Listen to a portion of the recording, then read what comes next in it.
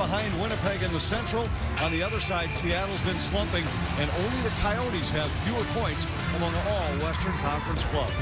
Inside the arena with Wes Walls, I'm Anthony LaPanta. This is the final stop on a three-city trip for Minnesota. Stop number 2 didn't go their way in Vegas. A key turnover by Matt Dumba led to what turned out to be the game-winning goal for Vegas. But sometimes it's how you respond in those spots. Absolutely, and some of the sound coming out of the locker room was better than what we saw on the ice. And obviously, Matt Dumba turned the puck over in the neutral zone, gave the other team Vegas a 3-0 lead. And listen, he didn't hide after the game. Okay, he came in there, he answered the questions, he showed guts, he showed his teammates, he answered all the questions. It was my mistake. I let my teammates down. I can't tell you how far that goes in the locker room if you're trying to build respect. I'm not sure this was something Matt Dumba would have done if 2-3 years ago. He's taking wearing a letter very, very seriously, and he mentioned tonight he's going to back that up with a great game, and we'll see how he does tonight. He's been a big part of a defensive core that has been very offensive-minded for Minnesota. He's the highest-scoring defenseman for the Wild.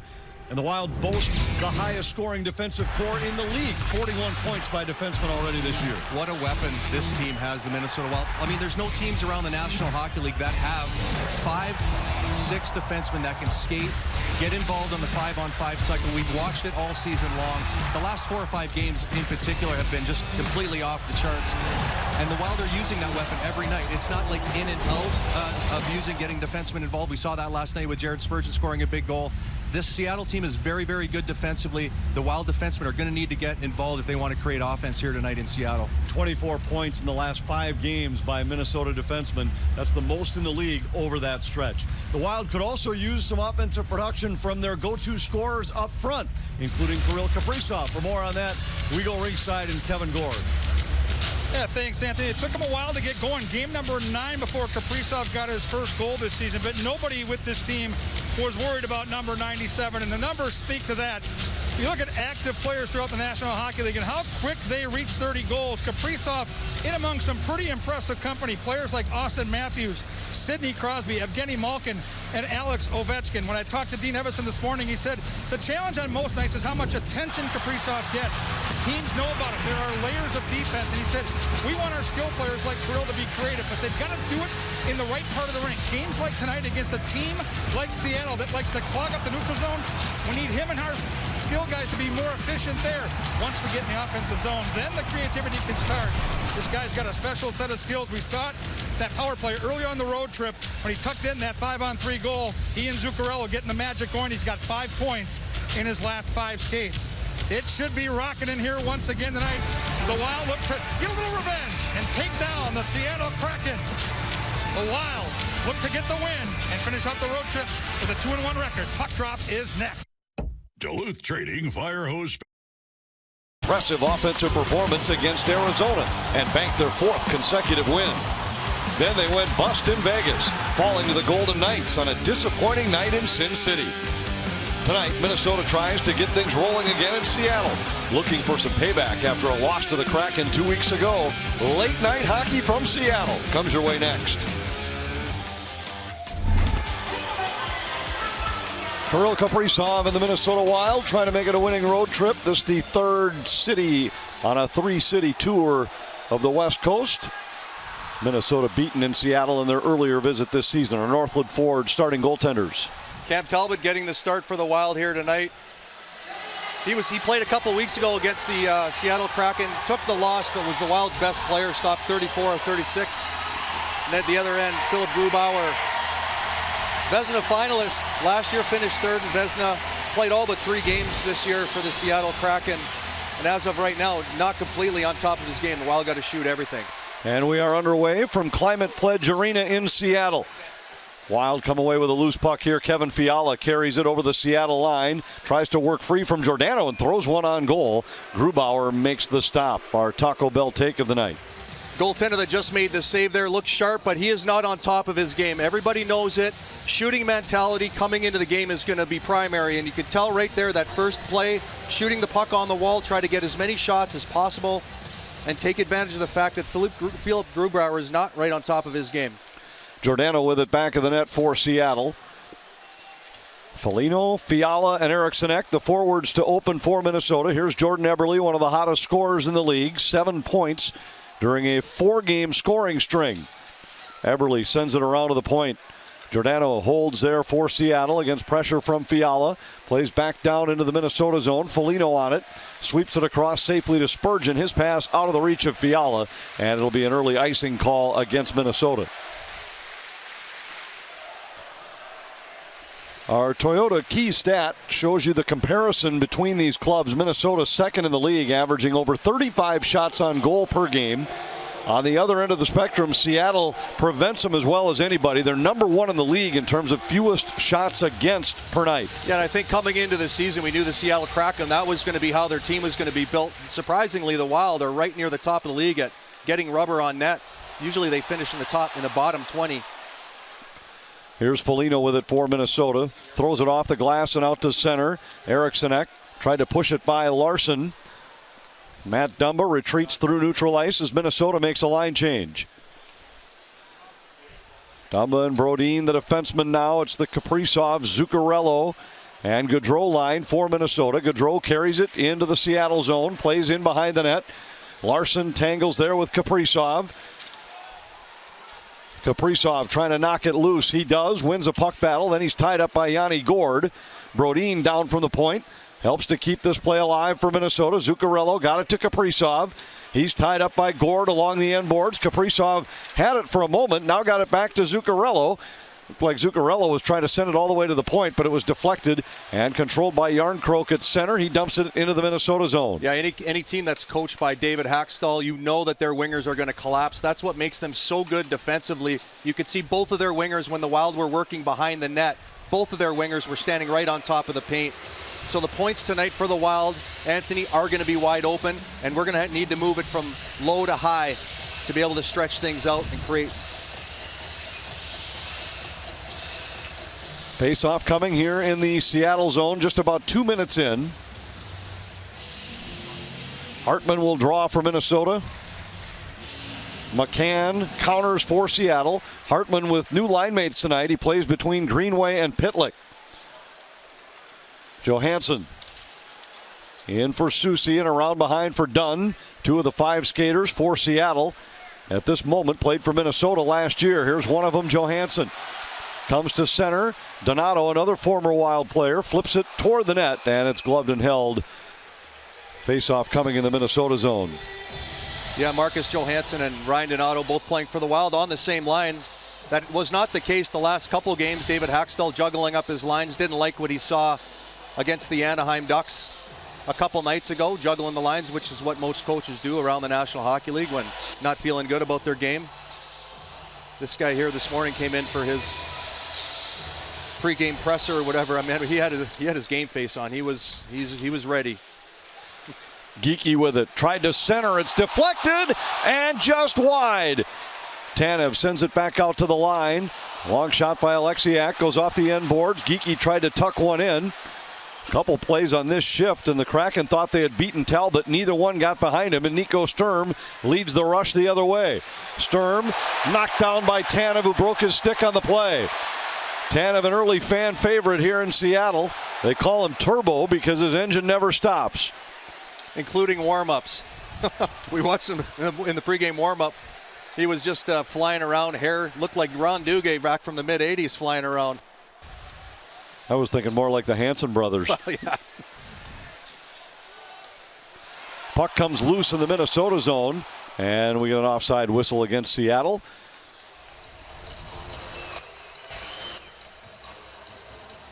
And Seattle getting in on the forecheck here. Just throw the puck on the net, and Talbot uses his blocker, tries to spit it away. Looks like it hits the bottom of his blocker, and thought maybe it slipped in behind him. And again, a big hit by Tanev there. And you know, the Seattle Kraken are right near the top of the league in hits, and they've come out here hitting here in the first period. Spurgeon gets hit in the corner. The loose puck picked up by Eriksson, who starts it ahead for Minnesota. Got it to Foligno at center. Across for Spurgeon. Spurgeon tried to go back to Fiala. Eriksson from behind the net with Foligno setting up out front. Goes to the line for Spurgeon. And across to Goligoski. Goligoski into the middle. Fiala fires. That was deflected and knocked down by Dunn. Cleared and out. Goligoski back to pick it up for Minnesota. Great positioning by Foligno. Right on top of the paint. Got his skates You want to get your skates outside of the paint. Unfortunately, that puck did not find its way to the front of the net from the point. Dumba plays it ahead. Zuccarello relays it down into Seattle territory. Grubauer there to play it for the Kraken. Zuccarello out to the line. Dumba across to Brodin. Into the middle. Kaprizov fires, and that went just wide. Grubauer came up empty on the glove save. And that is exactly that low to high play there is where the Wild are going to need to create offense. The top half of the zone and try to create a little 3-on-2 at the very top, just like they did on that last play with Kaprizov. Jonas Brodin back to pick it up for Minnesota. Throws it in behind the Wild goal. Dumba got it to Kaprizov. And now back of the net, it's Dumba. Dumba behind the goal for Minnesota. Wild will change, so Dumba resets. Plays ahead to Brodin. Jonas Brodin through neutral ice for Minnesota. Tipped in by Pitlick. Hartman had it for a moment with Greenway breaking toward the net. And now it comes free for Alexiak. He gives to Donato. Kraken have numbers at the Minnesota line. Giordano with a shot. And Talbot knocks that one away. Greenway starts it back for Minnesota. Greenway comes through center. Hits the Kraken line. Is passed behind Pitlick. Pitlick tied up by Donato, and the loose puck controlled by McCann. McCann jumps around Merrill and fires wide. Long rebound held by Donato. Out to the line, Alexiak a shot. It was deflected by Pitlick, kicked away by Talbot. Greenway to the line, but Giordano able to hold. Merrill now has it for Minnesota. Reverses for Kulikov.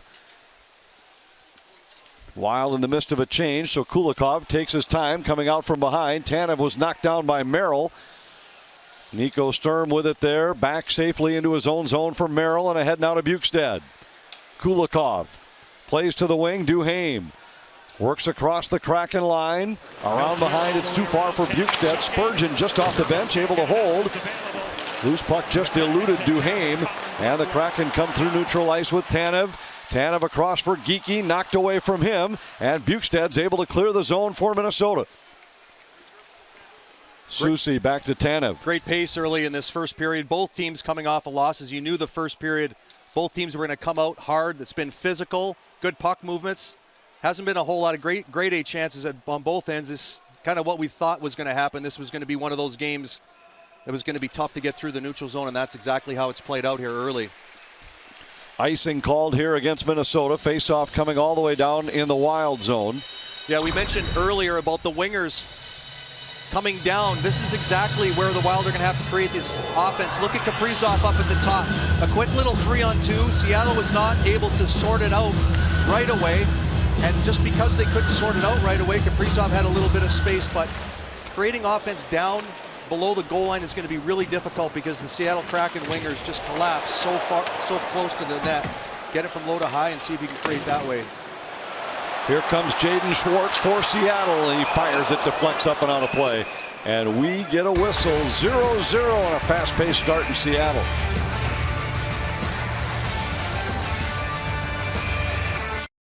Actually, behind the scenes, behind the counter with a crowd, there was singing, there was clapping. And yes, the Swedes took part in the throwing of the fish. When I talked to Brodin, he said, I just didn't want to drop it.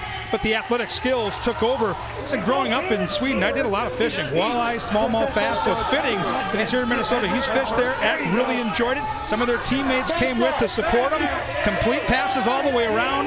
And a big crowd gathered around to see the Wild all get the job done with those big fish at Pike Place Fish Market, guys. I watched the same thing last night, and I didn't know it was coming. So I was walking by, and all of a sudden the crowd started doing some chant, and this guy out on the fish stand picks up the fish and starts chucking it back and forth with the guy behind the counter. I had never seen it either myself, and that is something to see. And that's what's so great about the NHL this season. The Wild, obviously, we're not dealing with the COVID situation here as much, and players can get out and get to see different cities and spend more time together. It was just great to see, and the Wild did use their day off accordingly. Alexiak, as it poked past him by Foligno, comes loose back in the Kraken zone. Giordano has it for Seattle. Deflected in behind Talbot. He tees it up for Brodin. Jonas Brodin for Minnesota, chased out by Schwartz. Dumba takes a hit from Wenberg. Brodin there to support the play. Ahead to Marcus Foligno and back now to Dumba. Dumba leads for Fiala. Dumba stepping up on the play. Got it caught in the skates of Eriksson Ek. He's tangled up there with Wenberg. And again, that's what makes Seattle so difficult. They're so good through the neutral zone. Fiala leaves to Dumba. Back to Fiala. A shot on a blocker saved by Grubauer. Brodin holds his own for Minnesota. Gets by Foligno back of the net. Eriksson Ek is there. Back to Foligno. Eriksson Ek sends it to the line for Dumba. Cross ice Brodin. Wild again try to use the high in the offensive zone play, but Fiala's shot deflects into the corner, and Larson has it there for Seattle. Seattle centerman Yanni Gourde did a great job of recognizing that, and the Fiala did not have as much room as Kaprizov did a little bit earlier. Sorting that out, that low to high play, a lot of communication has to take place, and Seattle did a great job right there shutting that down. Yanni Gourde back in his own zone. Watched by Kaprizov as he sends it ahead. Lauzon at center ice. Donato sidesteps Gaudreau. Larson. And now Merrill back to pick it up for Minnesota. Thrown into the glass by Donato. Lozano shot, and that went just wide. Johansson has it from back of the net. Feeds the wall, and Dunn hammers one wide. The rebound all the way back down into the Seattle zone. Minnesota wants to change. So does Seattle. And here's Vince Dunn, the former St. Louis Blue defenseman. Soucy deflects it down into the Minnesota zone. The Wild quickly counter. And here comes Pitlick for the Wild. Drops it back for Greenway. His pass off a skate. Dunn controls. Kulikov scrambles over to hold the zone for the Wild. Got it through in the corner to Hartman. Hartman throws one right through the crease. Goligoski held with his skate. Couldn't make a play, however, and here comes Blackwell the other way. Blackwell making his season debut for Seattle. Former New York Ranger, scored 12 goals for New York last year in just 47 games. Pitlick takes a heavy hit from Tanev, who's been noticeable here early. Yeah, that's the second or third time he's taken runs at Wild players. Greenway on the wraparound, had it deflect off of Dunn. Tanev turned it over. Hartman a chance, and that went just wide before he's blasted by Tanev. And now Eberle with it for Seattle. I mentioned Tanev earlier with a couple hits. Don't be surprised if Marcus Foligno doesn't pay him a little visit at some point here. Schwartz out to center ice. Goligoski got a piece of it. Duhaime tried to get one through to Bukestad. Now Duhaime gains the offensive zone. Dean Evason reuniting this trio that had been what he called the best fourth line in hockey early in the year. Dumba's shot blocked. He got it back. Dumba looking for a lane fire, saved by Grubauer. Sturm, Bukestad, Duhaime, they had been outstanding for Minnesota early. Brodin another shot, and Grubauer had a good look at it. He hangs on. We're past halfway through the first, 0-0.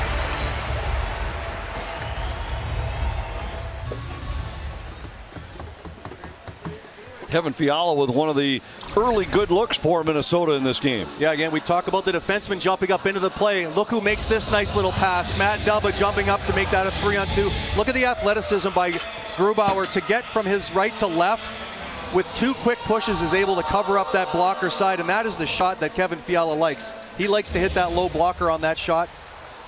Philip Grubauer up to the challenge and keeps that one out of the net. Matt Dumba with it for Minnesota. Plays it ahead to Brodin. Back now for Dumba.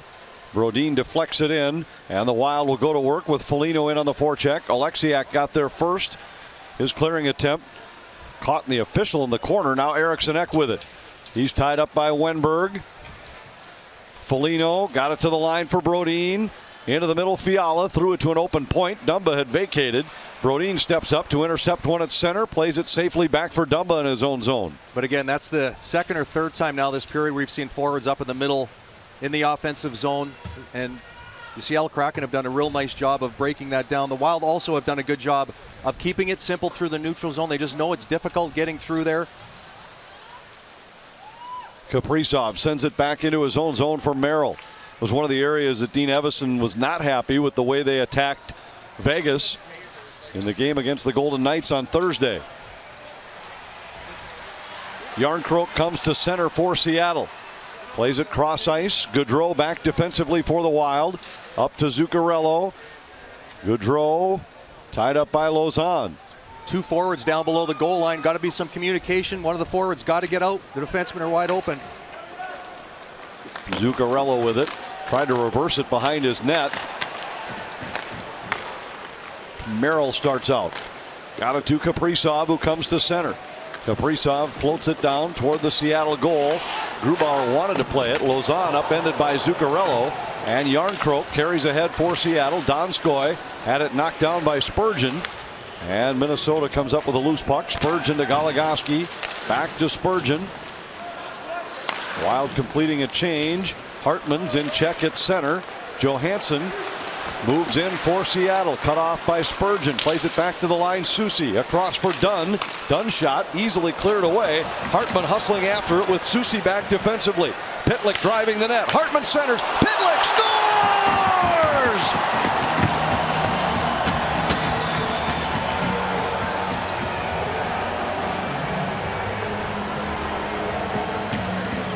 What a play by Ryan Hartman, using his speed to come up with that loose puck. Beats Carson Soucy to the loose puck.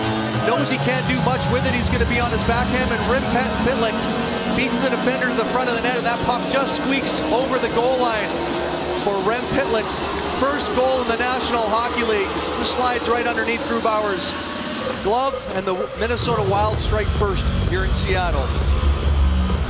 I mentioned earlier that Dean Evison had juggled the lines on the bottom 6 of his lineup card. Hartman playing between Pitlick and Greenway for the first time tonight. And what more can you say about the way Ryan Hartman has played this season? That's his second assist to go with a team leading 7 goals.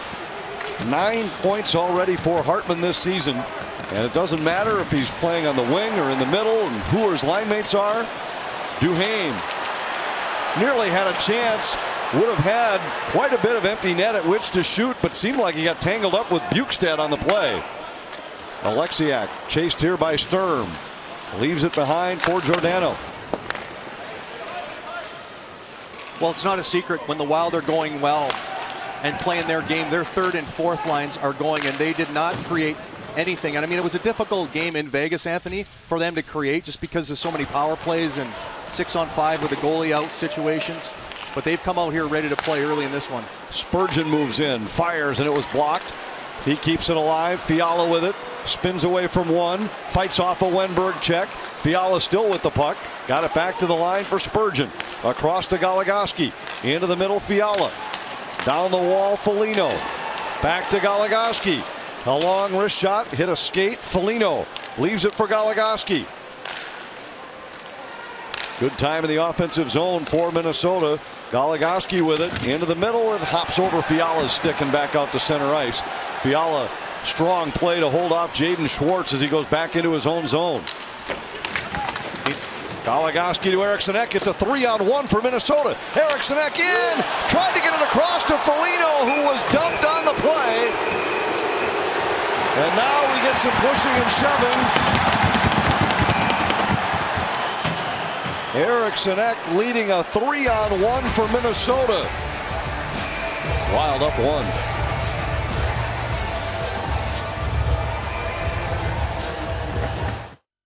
From one of the biggest stars in country music. What's up, Minnesota? Thomas Rhett here. Not sure if you have plans for New Year's Eve yet, but if you don't, make sure that you get your tickets to come see me, Cole Swindell, and Connor Smith December 31st at the Excel Energy Center. Tickets are on sale now.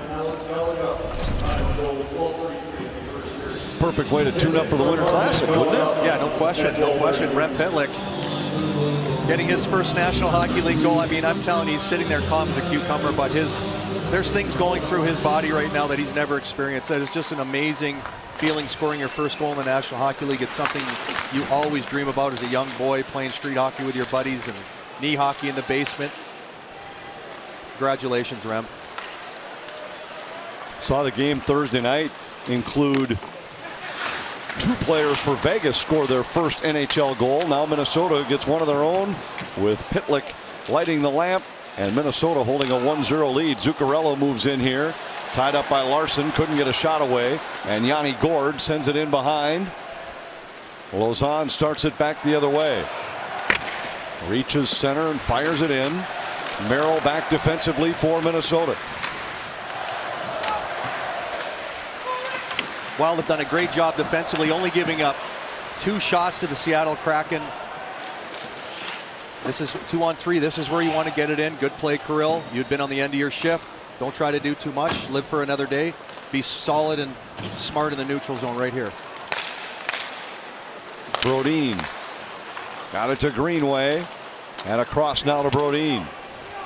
Brodin with speed into the Seattle zone, trying to work around Alexiak. His centering pass, Greenway fanned on it from the high slot. Johansson wraps it off the boards and out to center, and Alexiak controls to Donato. He's cut off by Dumba. Greenway back of the net, absorbs a hit by McCann. Brodin around for Pitlick. Donato wheels and fires. That goes wide, and the rebound all the way back down into Seattle ice. We didn't have to wonder if Ryan Donato was going to shoot that puck from the side or not. I mean, he hasn't seen a bad shot, that guy, in his whole life. He gets off the bus ready to shoot, that kid. Scored 14 goals in the 1 year he played for the Minnesota Wild, all of them even strength. Geeky with a shot. Comes loose along the wall. Duhaime able to fight through a Tanev check. Bukestad good at the line. Works outside of Susi.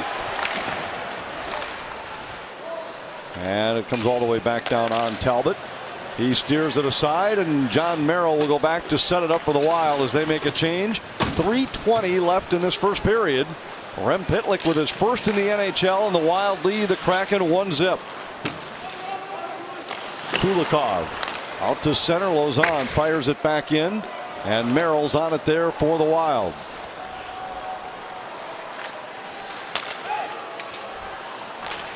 Fiala goes across for Foligno. Foligno back out front. Wanted Eriksson Ek. Fiala with it in the corner. Fiala tied up. Foligno joins the fight. Wenberg comes away with it for the Kraken ahead to Eberle. And Lauzon hits the Minnesota line. Chips it into the corner. Merrill back to pick it up for the Wild. Up the boards for Fiala. Wild doing an outstanding job. Coming out of their zone just so clean. You could hear Kevin Fiala talking to Merrill that he had time all the way up here from the press box. Turnover right here, though. Gord trying to drive toward the net. Cut off by Dumba. Donskoy with it. Donskoy takes a whack from Merrill. Hands it off to Giordano. Giordano flips it on goal, and Talbot hangs on. We get a whistle with 2:11 left in the period. And we've watched Jonas Brodin use his speed defensively. Here he uses his speed offensively, finds Jordan Greenway in the slot. Unfortunately for Jordan, there wasn't a whole lot he could do with that. Puck was bouncing around. I mean, that looked like a play that we saw the other night in Vegas. The ice was just terrible. You can tell already here in the first period the ice is much better. We noticed when we walked in this morning how cold the arena was here this morning. What an amazing job they've done here in Seattle. This rink is just incredible. Alexiak fires. It deflects off the end glass. The net is loose. Dumba's able to get it restored. It still looks like it's off kilter in the Minnesota zone. I know for sure the referee saw it, and I know Cam Talbot's trying to get his attention right now, but he's waiting until the Wild touch the puck, which is what he's supposed to do. I guess. I mean, I don't know how that.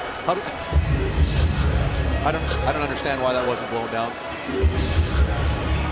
So we'll get a whistle. The net clearly was off early in this play. Yeah, it wasn't even. I mean, it wasn't even close. I mean, look at Matt. Look at Matt. He's got such a big heart, trying to do the work of the officials, fixing the net there. And Cam Talbot saying, "Just please leave it. I want to get a whistle here." Dumba plays it around where Donskoy controls for Seattle. Yanni Gord with it. Gord won a couple of Stanley Cups in Tampa the last 2 seasons. Big part of their run to the Cup. 13 total goals in those 2 Stanley Cup runs. Donskoy tried to cut to the middle, knocked off of his stick by Dumba. Picked up by Zuccarello. His pass deflected behind Kaprizov and out of play. Yeah, you were talking about Yanni Gord, and was able to score 20 goals there in Tampa, only playing about 14 minutes a night, just playing in the shadows, all those superstars, and now getting an opportunity like most players that go to expansion teams. I understand that as well. I went through it the expansion year in 2000 with the Minnesota Wild, getting an opportunity that I'd never really had here before. And Yanni Gourde's going to get a different type of opportunity, from going from 14 minutes to now he's playing 19, 20 minutes. See if he can add to that, those couple of those 20-goal seasons that he had in Tampa. I'm sure he will. He's a great player. Hartman sends it out to Goligoski, across to Spurgeon, back to Goligoski. Spurgeon plays to the corner. Dunn and Greenway collide there. McCann now with it. Spurgeon able to hold the zone, and Pitlick sends it to the corner. This game has very much the feel we expected tonight. A tight, intense, defensive, sound game. Only 9 total shots on goal at this point. Yeah, and maybe 2 or 3 grade A scoring chances for both teams. I know Kevin Fiala had one earlier. Obviously, Rem Pitlick scored.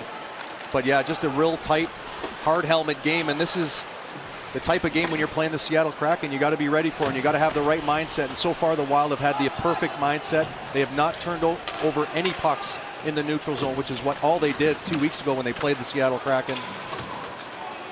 Giordano back. Duhaime rides him into the wall. Merrill had it knocked away by Schwartz. Comes loose to center. Eberle in. Knocked off of his stick. Kulikov with a good defensive play for Minnesota. Giordano tries to center. Sturm right there. And that'll bring us to the end of the first period, with Minnesota in front after the first in the NHL for Rem Pitlick. Yeah, good for him. I mean, he's played really, really well, but just the overall game here, the structure of the Minnesota Wild, giving up 3 shots to the Seattle Kraken. That's the best defensive period the Wild have had here over the last couple games. Rem Pitlick with his first in the league. The reward, an opportunity to chat with Kevin Gourde. We'll do that during our upcoming first intermission. Minnesota 1, Seattle 0 after 1.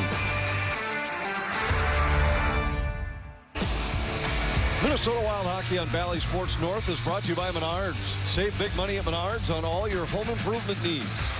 By Northland Ford. Visit buyfordnow.com and your local Northland Ford dealer today. And by TSR Injury Law. If you've been injured, call 612-TSR-TIME and put their winning team to work for you. Back in Seattle after 20 minutes, it's the Wild 1 and the Kraken 0. Next to me is former Golden Gopher Rem Pitlick. You just scored your first National Hockey League goal. You did it for your hometown team. How special was that moment? Yeah, everything since coming to Minnesota has been really special. You know, I wish it would have came a little bit earlier, but it's finally really nice to get on the board. And I think that, you know, like they always say, you want to give the credit to other people, and obviously I'm going to do that, but it's really genuine. I don't know how much people realize how nice of a pass that was by Ryan Hartman. Like, on his backhand, looking middle, when he got the puck, and just the awareness to see me, and not only being able to see it, the execution on that pass, the saucer pass, it landed flat, right on my tape. Like, unbelievable, so. It's one you're never going to forget. To win the game, to make this night even more special, the neutral zone is going to be key. What do you have to do? Yeah, we talked about that before the game. They clog it up, and they're a fast team. They're coming really hard. Obviously, I felt that right when we got out there. They're coming in. We have our own plays that we talked about, and we're going to keep executing, and it's nice that we have the lead going into the second here, and we need to keep pushing, and hopefully it'll end in our favor at the end. Congrats on that. So happy for you and your family. Thank you very much. Rem Pitlick and the Wild have a 1-0 lead through 20 minutes. When we come back, we head back to the studio and get the thoughts of Ryan Carter. You want fries with that? A good start as the Wild have the early 1-0 lead over the Kraken in visit number 2 to Seattle. We welcome you inside Mall of America studio with Ryan Carter. I'm Audra Martin. Much better start this go-round than last time out in Vegas. Great to see a good, quick, sharp game. Great to see a first goal, career goal for Rem Pitlick. Yeah, I think last time in Climate Pledge Arena, the Wild got caught by surprise a little bit. You know, a new arena, new team, really don't know what they're getting. I think they sat back a little bit. Tonight, they look a little bit more prepared. They had a game plan. That period was fantastic. They came in, they executed it well. Gotta love this play. Ryan Hartman, obviously on a roll offensively, does a good job. Catches Carson Soucy in a bad spot. Gave him a minus. Not something that's easy to do to Carson Soucy. Plus 22 here last year, but nice little play. Carson Soucy doesn't have to pressure there, does.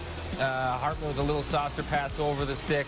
Hits Pitlick right on the back end. He's able to put that one in over Grubauer. But again, Wes talked about it too. Grubauer's struggling right now. That's probably a a goal that shouldn't go in the back of the net. Soft little backhand play. Yes, he's got to push from one side to the other, but that's a very savable puck. Throw more pucks on Gruar. But again, when it comes to their preparation, the Wild do a great job, only giving up 3 shots against the Seattle. We talked about Ryan Hartman in the pregame show. No matter where you put him, he's going to find a way to find the score sheet. Tonight, another example of that. But where would this team be without somebody like Ryan Hartman, who never skips a beat, no matter what position he's in? Well, and again, you got to give him some credit, because last game he was on the wing. Tonight he's in the middle. He's got different players playing with, but he plays his game the same way. And, well, at the end of the day, he's getting the same results as well, right? Like the puck's going in the back of the net. Rem Pitlick on the receiving end of that one. He's got to be very happy tonight. That's a good feeling for the young player. Very special skate after that first goal. Hometown, through the Wild bench. You get to be the first one through. That was fun to see, obviously. We got a chance to see the smile from him there in the intermission, too. So very excited for the young player. That's a great spot. Congratulations to him. He had to overcome a little bit of adversity this year, missing some games because of COVID-19 protocols. But anytime you get that first career goal, it's one to remember. And because of it, he has his team off to a good start. 20 minutes are in the books, and the Wild are up 1-0 over the Kraken. It's time for stats and highlights after the break. In the NHL for Rem Pitlick. And it comes from a great defensive play. The Wild did a great job that whole first period. Look at the speed of Ryan Hartman taking a peek into the middle of the ice to see if Rem Pitlick could outrace Marcus Johansson to the net, and he does exactly that. Look at the little quick peek in the ice. And not only that, he got it over top of Carson Soucy's stick. And Rem Pitlick scores his first goal in the National Hockey League, and the Minnesota Wild have a 1-0 lead here after one. Menard's game reset, shot attempts 14-14. It was hard to find space in the offensive zone for both clubs. It certainly was, and the last time the Wild came in here a couple weeks ago, they did not do a great job of managing the puck through the neutral zone. That countered the Seattle Kraken. That's why the Wild had spent so much time in their zone. They did a great job so far there in the first period. Second period face-off from Seattle. Tossed buffalo sauce, hot honey.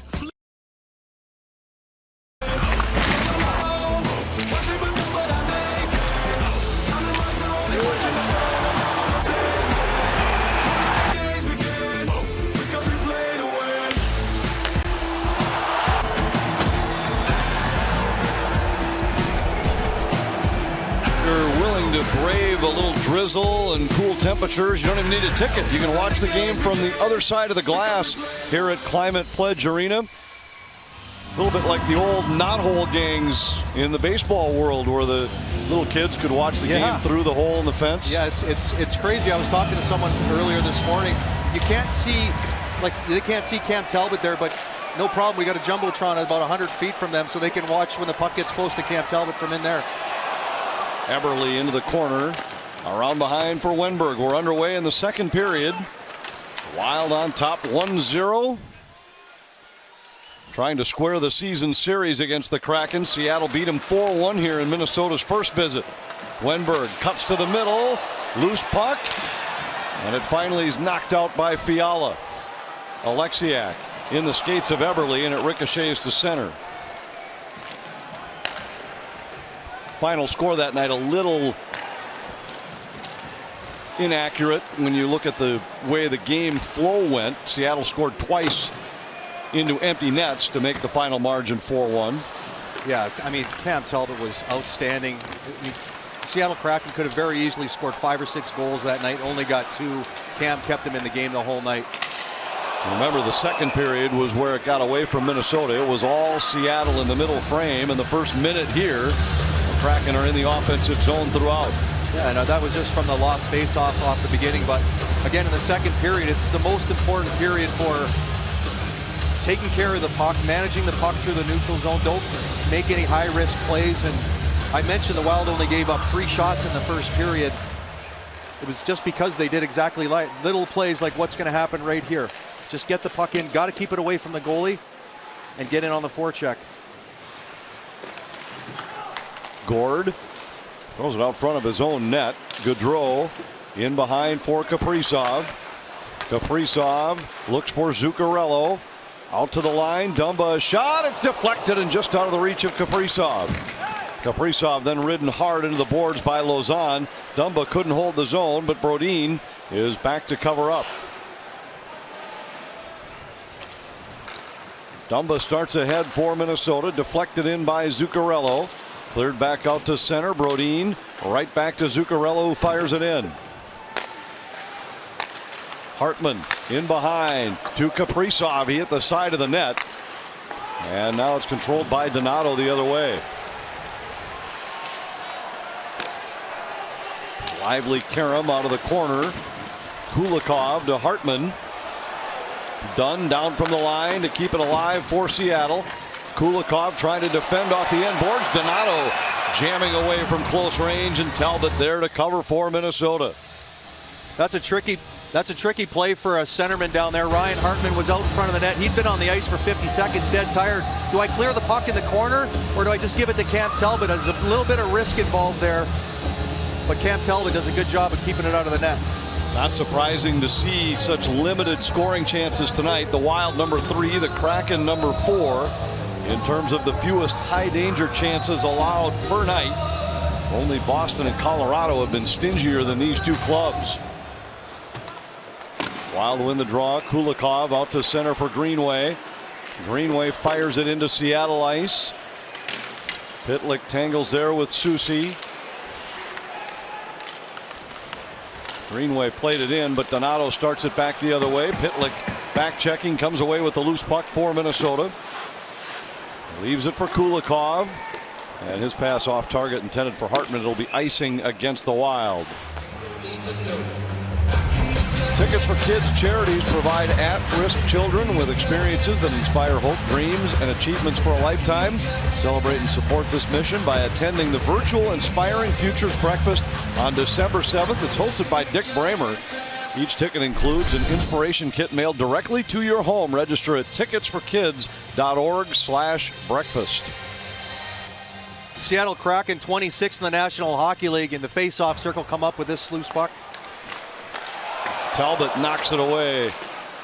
Eberle tried to center. Merrill intercepts for Minnesota. Flips it ahead too far for Pitlick, and we'll get icing once more against Minnesota. Just a real tough play there if you're John Merrill. I know you want to try to get to the red line. You're dead tired. Just hoping that the linesman would wave that one off. Unfortunately for the Wild, they did not. Rem Pitlick leaning on his stick. This is one here. Ryan Hartman a little bit late coming into the face-off circle. This is where, if you're Cam Talbot, you need to swallow a puck or try to deflect one up into the glass to try to get a line change if you can. Hartman wins the draw. He's a perfect 4 for 4 on face-offs tonight. Greenway to Hartman. His pass intended for Pitlick hit a skate. Giordano starts it back the other way. Kulikov there to claim it for the Wild off the end boards for Merrill. Greenway tried to chip it ahead. Wenberg got a piece of it. Now it does come to center. Minnesota still unable to get a change. Now they'll get a couple of forwards to the bench as Alexiak starts it back the other way. Wenberg out front for Eberle. It's off his skate into the corner. Bukestad there for Minnesota. Around behind to Merrill. The Wild defensemen have been on the ice a long time as Hartman starts ahead. And a real smart play there by Nick Bukestad, coming off the bench, yelling at Ryan Hartman. He's fresh. I'm going to play down low. That way Ryan Hartman could play right wing. Great communication, especially during the second period when you got long changes there. The Wild are able to dodge a bullet.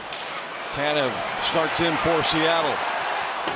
Hits Spurgeon with it. Then Tanev around the wall. Dunn has it at the line. Tries to work past Sturm. Dunn cuts to the middle and rolls it right through the crease. Bukestad spins away from Blackwell. His pass behind Spurgeon. Soucy holds his own. Soucy moves in a shot, and that was deflected to the corner. Blackwell bumped there by Bukestad. Tanev to the line. Soucy, his shot out front. Bukestad got back defensively and broke it up. And now Nico Sturm starts ahead for Minnesota. Grubauer tees it up for Dunn back of the net. 4.5 minutes into the second period. Almost 25 minutes of hockey. We have a dozen shots on goal, 6 for each team. Donato back to Soucy. That's like old Wild hockey, early 2000s Wild hockey. Things have changed a little bit in the last 15 years. No doubt. For the better. Foligno starts ahead for Minnesota. Foligno for Fiala. Foligno tried to center. Eriksson Ek looking for the wraparound, just broken up by Donato. Out to center. Brodin with it. And now Dumba controls. Fiala knocked to the ice, but Foligno gains the offensive zone for Minnesota. Eriksson back of the net. Donskoy got there. He's able to sidestep Fiala. Järnkrok out to neutral ice. Dumba back for the Wild. Got it to Foligno. Gaudreau to Fiala. All the way across. Goligoski just failed to connect. Gaudreau. Fiala back of the net. Wants Kaprizov in the circle. Kaprizov with it. Back to Fiala. And Gord knocked it away, but Fiala holds his own. Right back down low for Kaprizov. Spurgeon holds for Minnesota. Good stick by Gaudreau. Spurgeon out front for Kaprizov. And it's covered by Grubauer.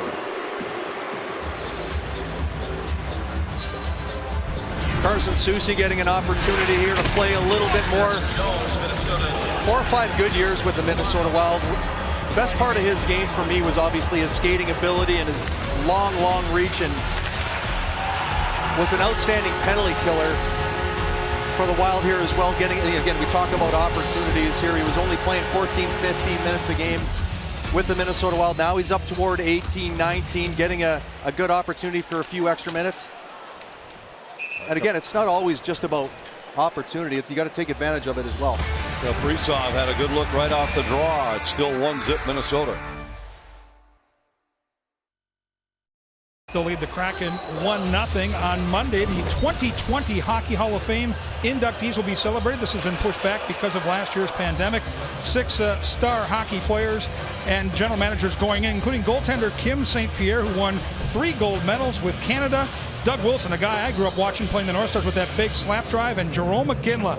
What a wild killer he was. When I talked to Matt Dumba, he said he fueled my passion for the game of hockey growing up in Calgary. I loved watching him play. I loved the leadership he showed, and he made me love hockey and the Flames that much more. He's super excited to see Iginla go into the Hall of Fame on Monday, guys.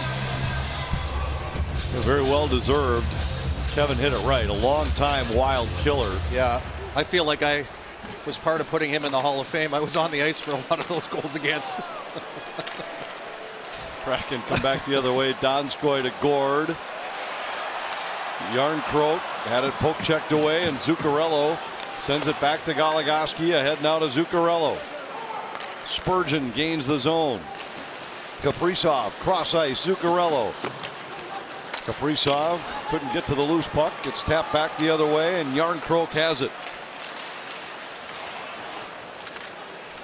Been a rigid game, but a clean game. Have not yet had a penalty called against either side, and these clubs both among the 6 most penalized teams in the league this year. Only Arizona takes more penalty minutes per night than Seattle.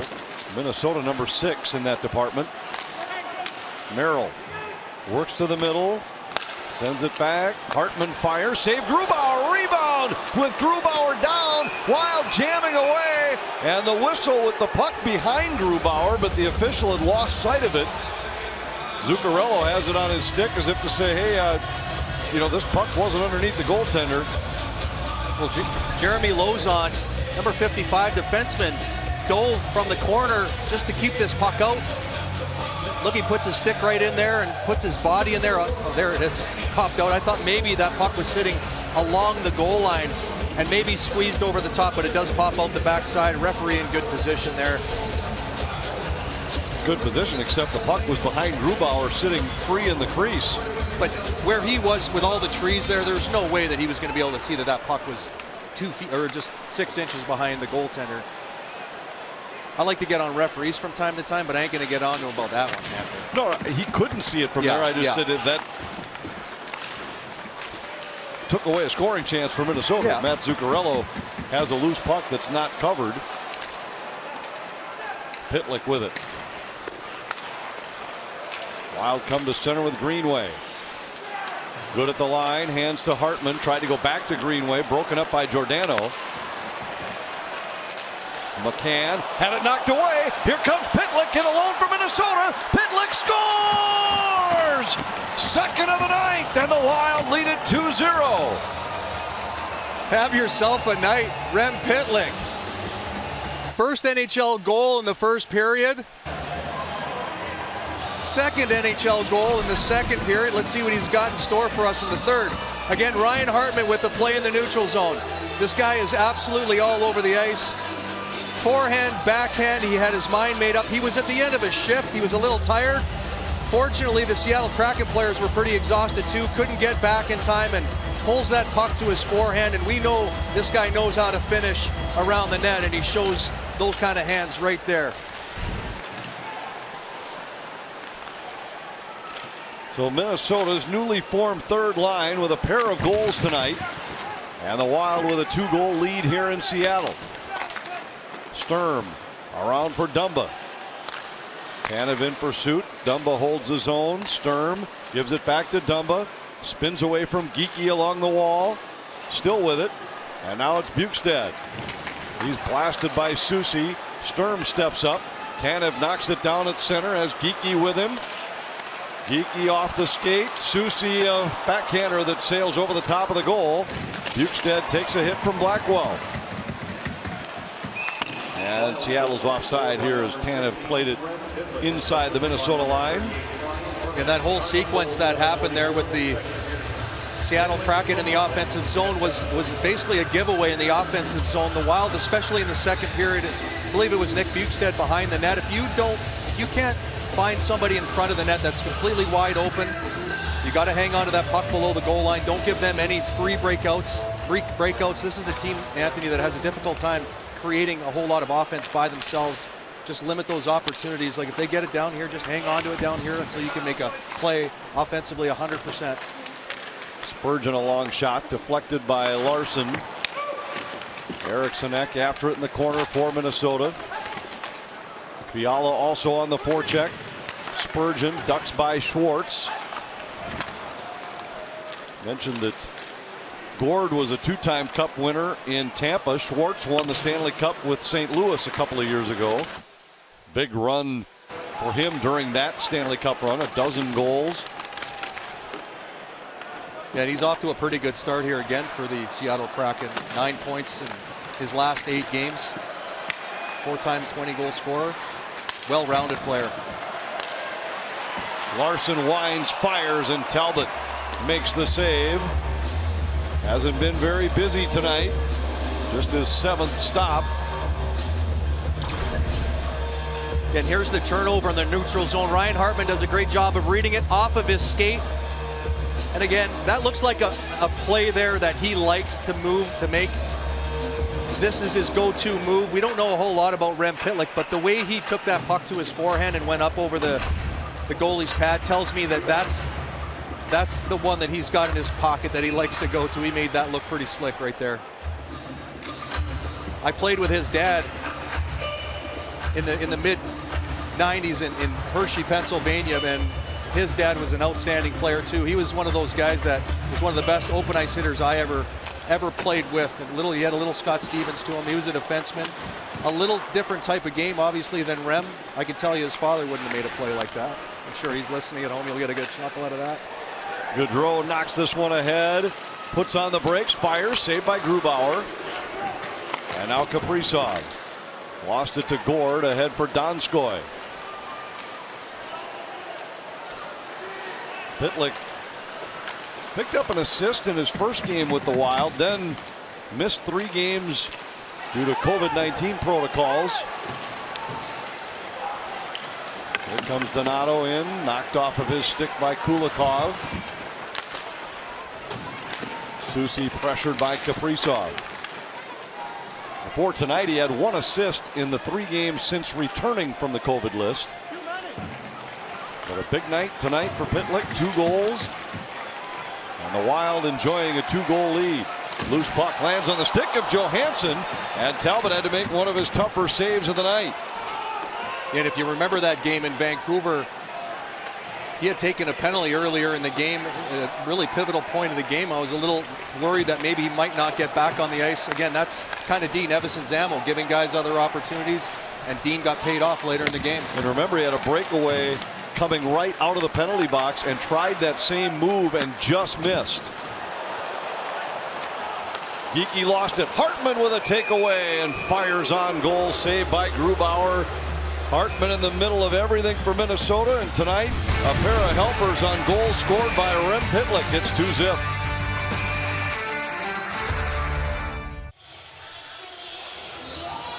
Dean Evason's club has won 4 of their last 5, and the offense has been clicking lately for Minnesota. After a little bit of a slump for 4 games, they averaged less than 2 goals per game. They're back on track over the last 5, averaging 4.25 goals during that 5-game stretch.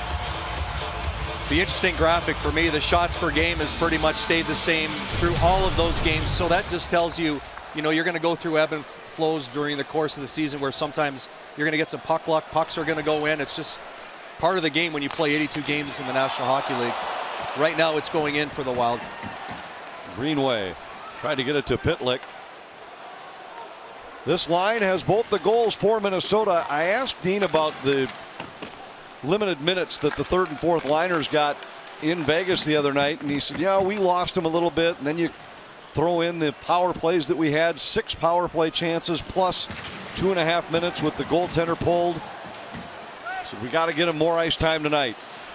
Bukestad with a little backhander knocked away by Grubauer, and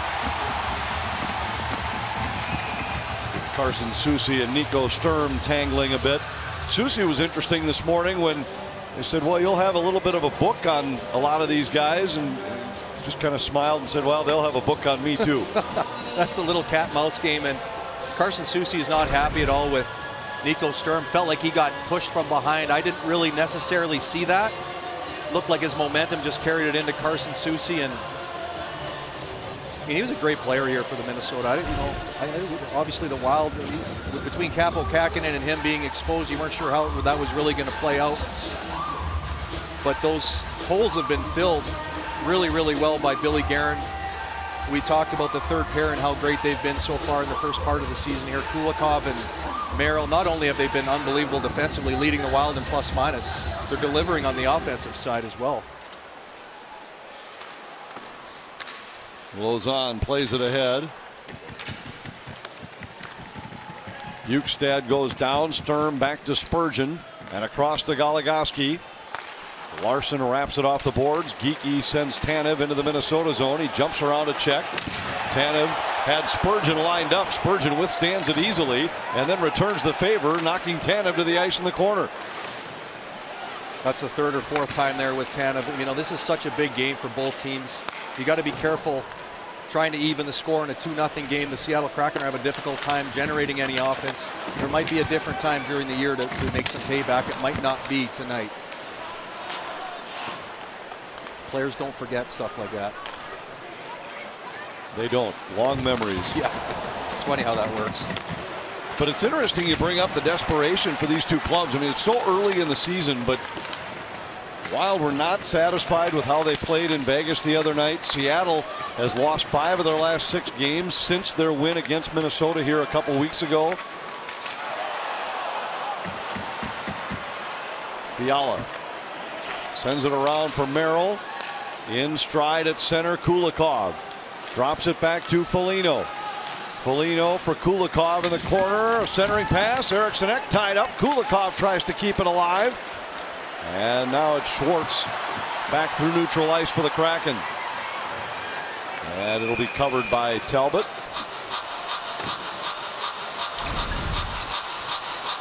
Then Jared Spurgeon going back just bounces right off him, and Jared Spurgeon does not take many hits. He's just so elusive down there, and he's been getting hit his whole life. That guy ain't gonna go away. Brandon Tanev's got a little rat to him. There's no question about that. We saw that when he played there in Winnipeg, and he's a fan favorite here. Hair flying all over the place, and he's gotten off to a very good start. You know what you're going to get with Brandon Tanev. I wouldn't call him a dirty player, but you don't have to ask him twice to finish his hit. He's always played that kind of game. And I don't find him as a dirty, malicious player that tries to really, really hurt players. He just plays the game really hard. Had a little scoring touch this year, too. A half dozen goals already. Scored 1 against Minnesota in the first meeting between the clubs. Gaudreau battling with Gord.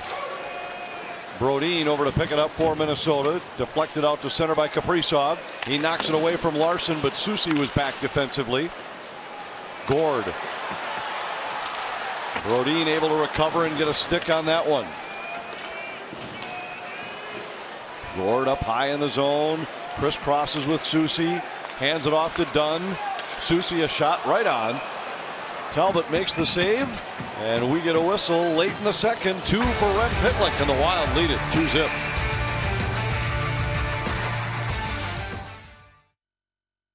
Wild on top 2-0 late in the second period. Jared Spurgeon picking things up offensively.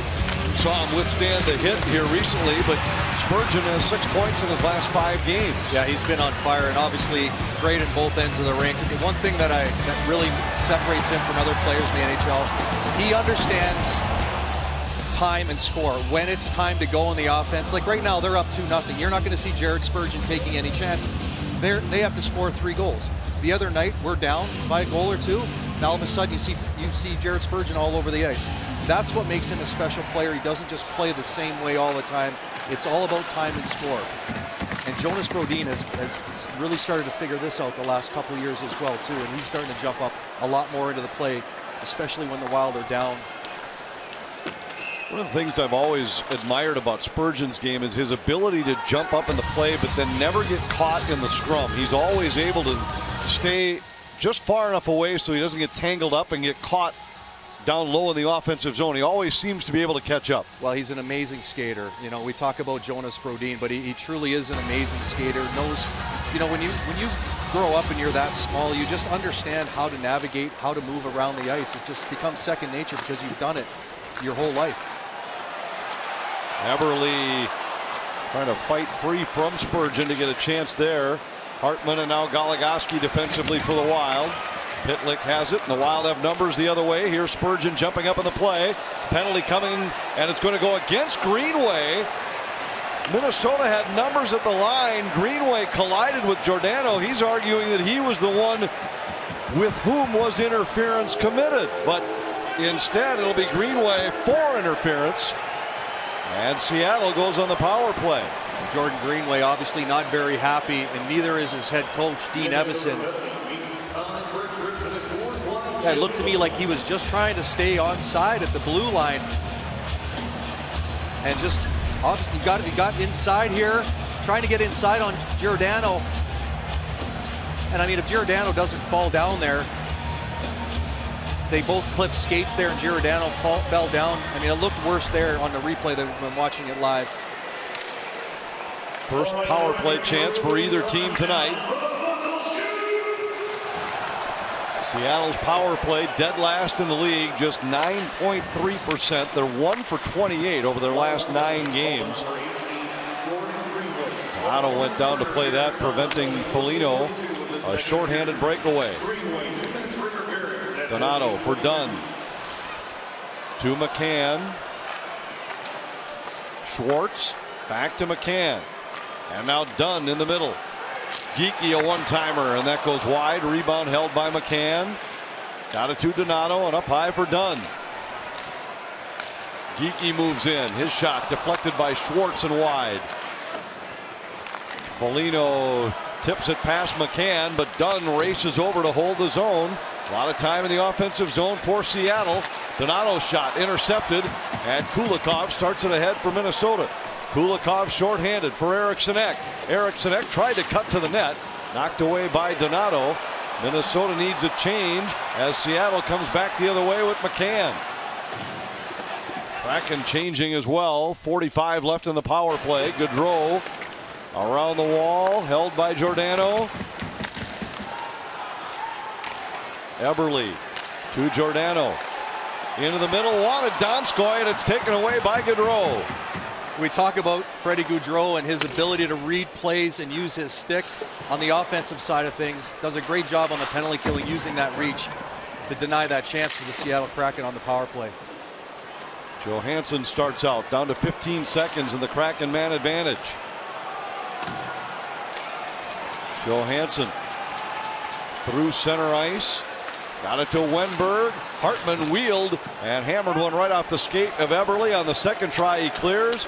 And a very effective kill for Minnesota. Greenway's back on, and the Wild 9 for 9 on the kill over the last 5 games.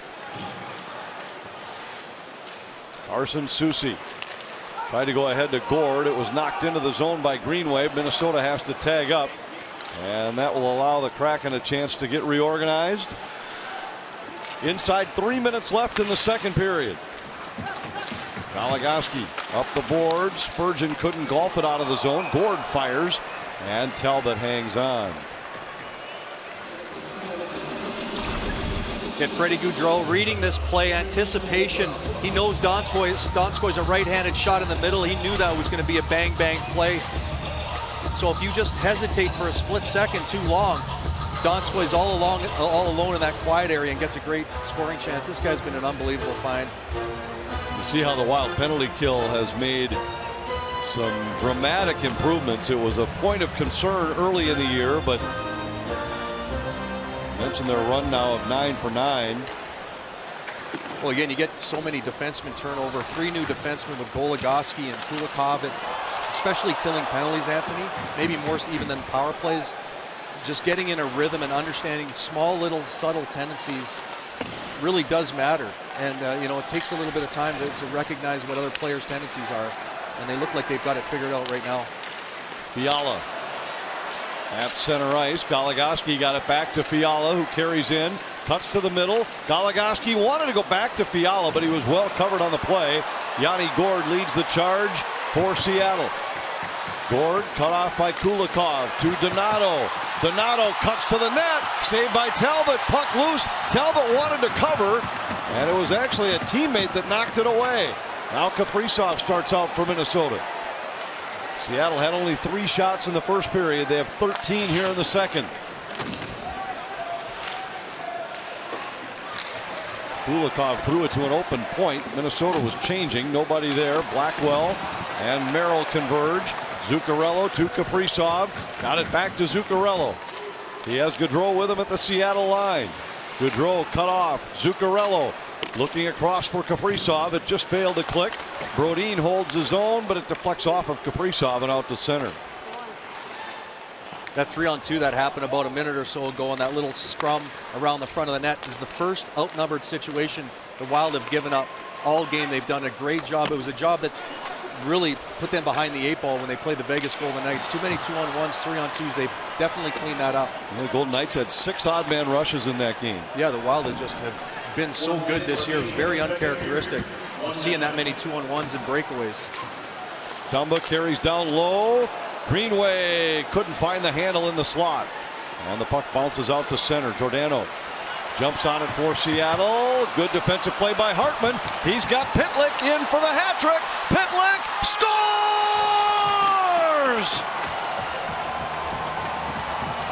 There come the hats. I see a couple wild hats out on the ice. Is that an instant replay from the second period? A turnover in the neutral zone, while in their own zone, made again by Ryan Hartman. All 3 assists on Rem Pitlick's natural hat trick. First 3 goals in the National Hockey League. Unbelievable. Ryan Hartman sees him, hits him right on the tape. Now you're thinking to yourself, is he going to try to do something different? Does not. Doesn't elevate that puck again. But look at the defensive play by Ryan Hartman. And then making the pass, putting it on the stick, and goes to his forehand again, and he had all kinds of room to shovel that in the empty net. What a night for Rem Pitlick. What a night for Ryan Hartman. And we've talked about Hartman filling whatever role. He might be the best example of what Dean Evason preaches every day, which it doesn't matter where you're playing. It doesn't matter who you're playing with. You're playing with somebody in a Wild sweater. Just go out and play. That's it. And you know what? When he gets juggled around, he's not down there knocking on Dean Evason's door figuring out what the heck's going on. Just Wild uniform, real simple. Go play, and that's all he does. And I mentioned this before, the other part of his game, Anthony, that I love and I thought always took a little bit away from his game was his discipline. He's taken 1 minor penalty in the last 10 games. He's staying out of the penalty box. He's worrying about playing, and he's getting these extra minutes, and he's making it count. So the period comes to an end. A big night for Rem Pitlick. He has all 3, and Minnesota. And now Carson Soucy getting in his face a little bit here as the horn sounds. Pitlick with 3, and the Wild lead it 3-0 after 2. Yeah, great period for the Minnesota Wild, not just for Rem Pitlick, but the Wild did a good job defensively, kept everything on the outside, created turnovers through the neutral zone, and when they did, the Wild made them pay. A hat trick for Pitlick. Kevin Gord will chat with defenseman Alex Goligoski during our upcoming second intermission.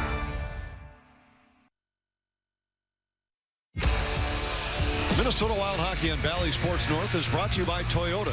Dear driver, hurry in and save. Toyota. By Connecticut. Better water flows from better thinking. And by Car Shield. Car Shield cars go farther. A fun night in Seattle so far. Sees Minnesota up 3-0 after the first 40 minutes. Joined by another former Gopher, Alex Goligoski, has an assist on the game tonight. How special is it for you guys as teammates to see a young man go out there and get his first goal and then get his first hat trick in the National Hockey League? Yeah, it's awesome. Great efforts on the goals. Hartsey, I think, set them all up. That line's really going tonight, and, for Rem, that's awesome. He works hard, and, he deserves that. Great structure defensively so far for you guys. A nice penalty kill late in that period. You know Seattle's coming with a push in the first 10 minutes. What must you do to slow them down and counteract that? Yeah, just the same stuff we're doing. Hang on to pucks, be responsible with it.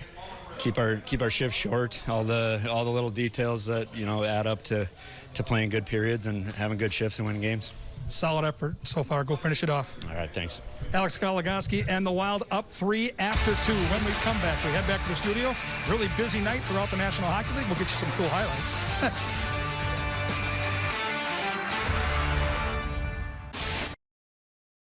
Sports update. It's the Avalanche up 2-1 over the Sharks when Sam Girard dishes over 2. Alex Newhook for the one-timer and his first goal of the season. It goes on to be the game winner as the Avs take down the Sharks 6-2 tonight in Denver.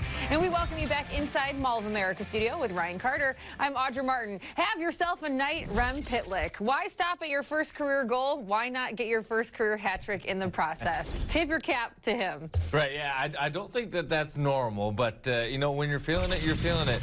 He's obviously introduced us to what Rem Pitlick can bring on the ice. I think we've got to pay some credit to what he had to do off the ice to get here. Last year, Nashville, in Purgatory, he was on the taxi squad, 10 games, a lot of practicing.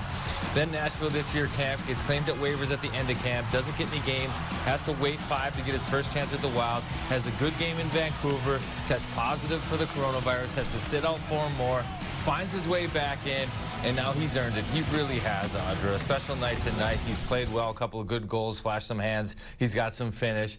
It's just exciting to see a young player battle that adversity and then go out and execute and play. And you love to see some Wild fans out there to throw their hats on the ice in celebration of Rem Pitlick. So well done, fans, out on the road in Seattle. We've got stats and highlights in your final 20 minutes coming your way next. On Valley Sports North is brought to you by Grand Casino. Let your story begin. And by Luther Group. Shop the Twin Cities' largest selection of vehicles at lutherauto.com. Wild on top 3-0 after 2. Here's the Grand Casino story of the game. Across for Dunn. Dunn shot easily cleared away. Hartman hustling after it with Soucy back defensively. Pitlick driving the net. Hartman centers. Pitlick scores! Sends it back. Hartman fires. Save Grubauer. Rebound with Grubauer down. Wild jamming away. McCann had it knocked away. Here comes Pitlick in alone for Minnesota. Pitlick scores! Second of the night, and the Wild lead it 2-0. Giordano jumps on it for Seattle. Good defensive play by Hartman. He's got Pitlick in for the hat trick. Pitlick scores! There come the hats. I see a couple Wild hats out on the ice.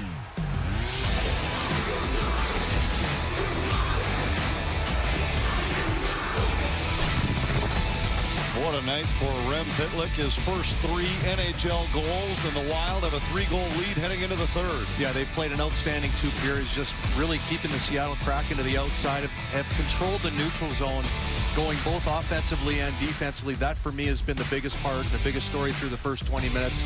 Always want to be a 500 team on the road here. Got a chance to get 2 out of 3 with a big third period. We'll have the final 20 minutes from Climate Pledge Arena next.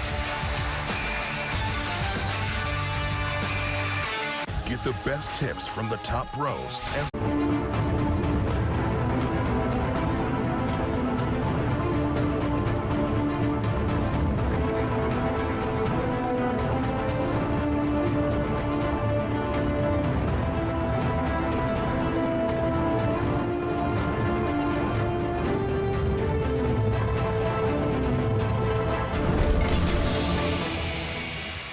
Quite a night for Rem Pitlick. Just his 5th game with the Wild this season, his 16th career game in the NHL. Our Geico Stats Made Easy. Minnesota's goaltenders have gotten stronger and stronger as games have gone on this season. Their save percentage in the 3rd period, 8th best in the league. In the overtime, it's been perfect. That's when you need your goaltenders the most. Yeah, and you know what? It's one goalies that are 24 and not 34 struggle with that. That's the mental side of the game, and I think the more games you get under your belt, the more years, the more you're able to put stuff behind you when things aren't going great. And if you remember, Anthony, the first 6 or 7 games, I mean, they were still, the other teams are scoring 3-4 goals, but it felt like every night there was one that went off of a shin pad or a goofy goal, and then all of a sudden he'd make a huge save down the stretch when he needed to, and he's been so good. Goligoski with a long shot. Grubauer the save. Fiala back to Goligoski. His shot blocked by Eberle. Ricochets into the corner and comes out to center ice. Spurgeon throws it in. Grubauer out to play it. Alexiak comes away with it. Got it to Schwartz. And now Carson Soucy with it.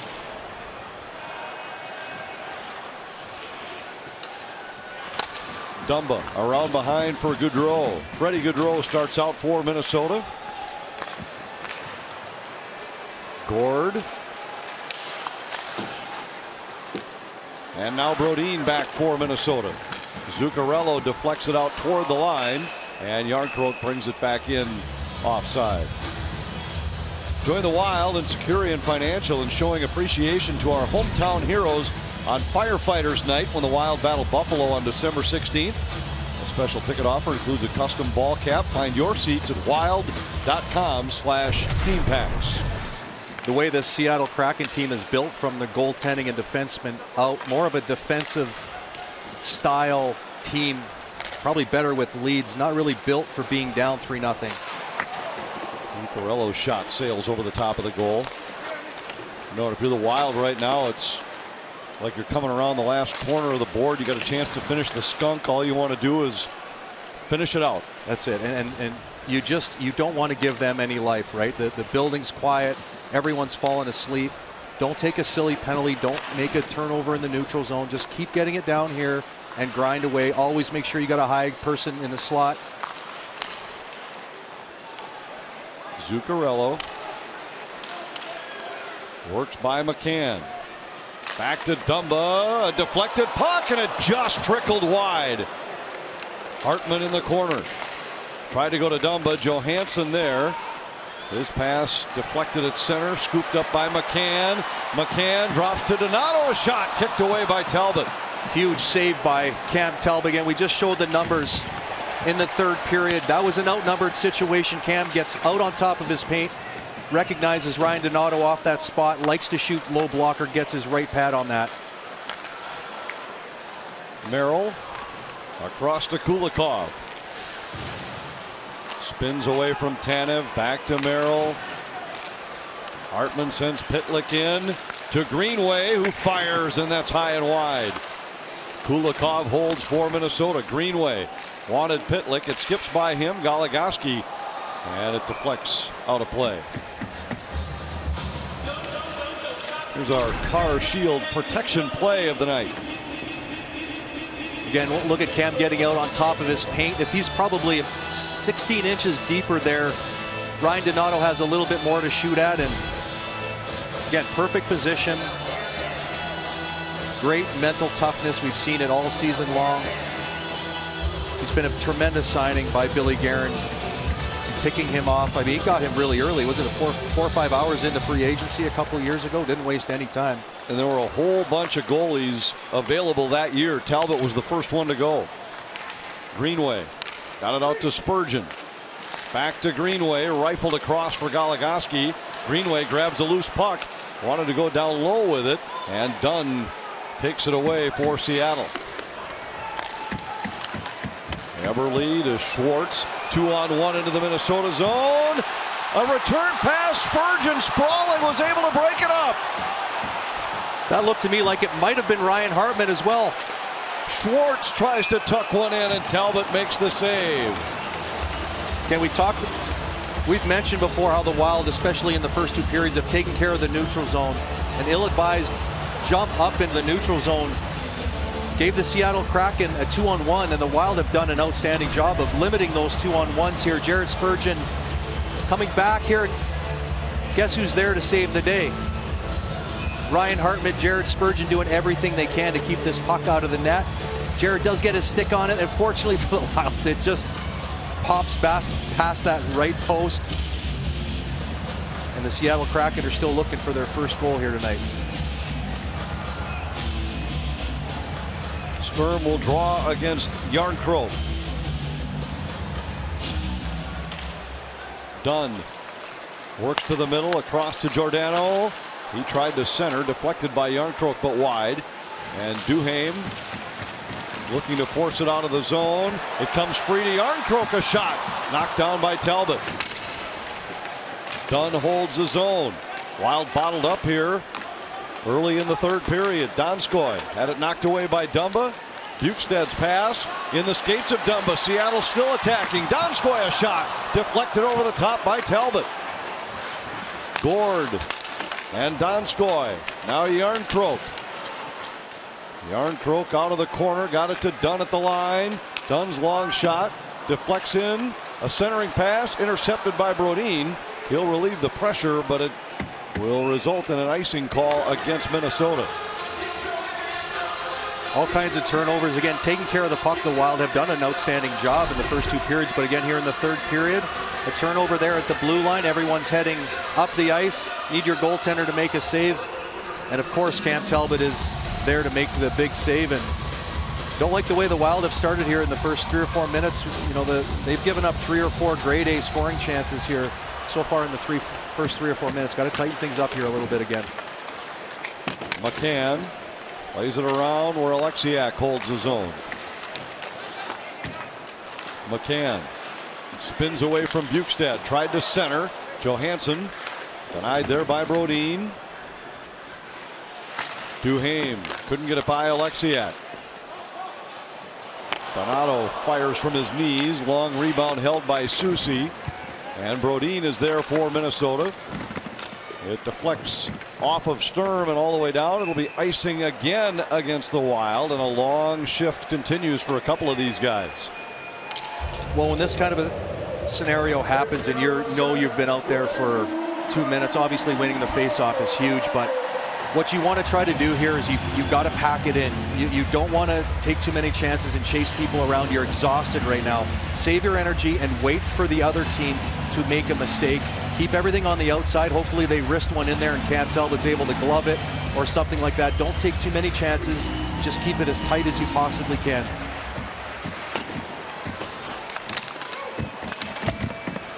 Bukestad, Sturm trying to force it up the boards and out of the zone. Dumba able to flip it to neutral ice. Bukestad stumbles to the bench. So does Sturm. The Wild get a couple of sets of fresh legs on the ice. Dunn right back to the Minnesota line. Wenberg, they're good. Schwartz carries in. And Brodin able to get over and get a stick on it. Now Schwartz has it back. Leaves it in the corner. Eberle cut off by Spurgeon. He sends it around where Brodin's able to come up with a puck. His pass can't connect with Fiala, however. Out to the line. Schwartz can't hold. Fiala applying pressure. Duhaime and Brodin, the last 2 Wild players to get to the bench, and now Seattle's offside, and Minnesota will get a chance to reorganize.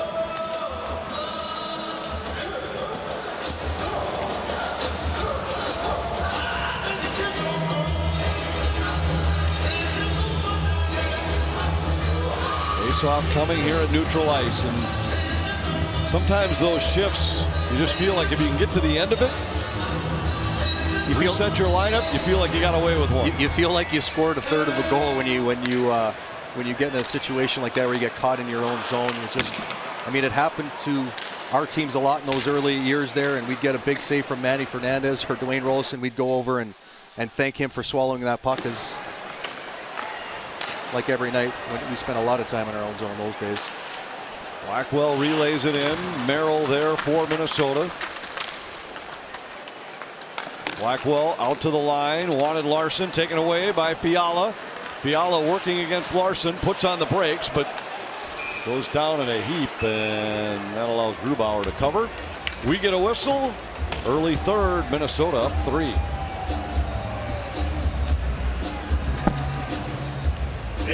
Summary is this: it's Rem Pitlick's night, his first 3 ever in the National Hockey League, the natural hat trick. You hear Bob Motzko talk about him. He coached him at the University of Minnesota, where he recorded over 100 points in 3 years. He said he's got the great mitts, but he's got the speed and the rink awareness to know where to go without the puck, and you can see that play out on these goals. The mitts and the open space. Rem Pitlick, what a night, one he'll never forget, guys. That's been a huge night. No doubt about it, and you can't overlook the guy in his line. I think Ryan Hartman has just been outstanding tonight for Minnesota. Well, Dean Evison talked about, you know, last time they played in this building, they got outworked, and I'm telling you, as a player, when you hear your coach say you got outworked, Anthony, that hits you right between the eyes. You don't have to say much more if you're a coach. Especially, I think, in a matchup between teams like this, who both take so much pride in being a hard-working club. Kaprizov to Gaudreau, back to Zuccarello. To the line, Spurgeon. Goligoski back to Spurgeon. While again employ a high forward on this forecheck. Gaudreau in behind. Zuccarello around the boards. Goligoski leaves it for Kaprizov. Spurgeon. Goligoski.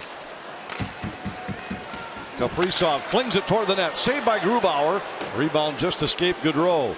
Zuccarello to the line. Goligoski sends it back in. Gaudreau, and now Zuccarello wheels and throws it toward the net. Lauzon is there for Seattle, and Gord plays it off the boards and out.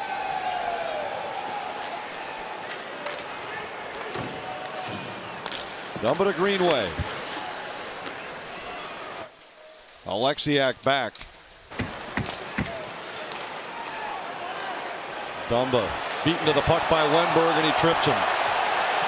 Be a penalty coming against Matt Dumba, and Seattle will get a chance to get the offense ignited.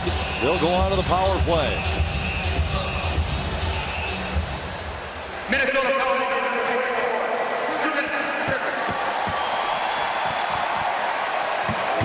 Well, that puck came toward Matt Dumba out in the neutral zone. It went underneath his stick right there. Now you're just digging as hard as you can. And if you can dive and get your stick on that, you would have broken up the play. Unfortunately, reaching out, Matt Dumba got his stick tangled up there with the Seattle Kraken player. And the Kraken find themselves on the power play being down 3 goals.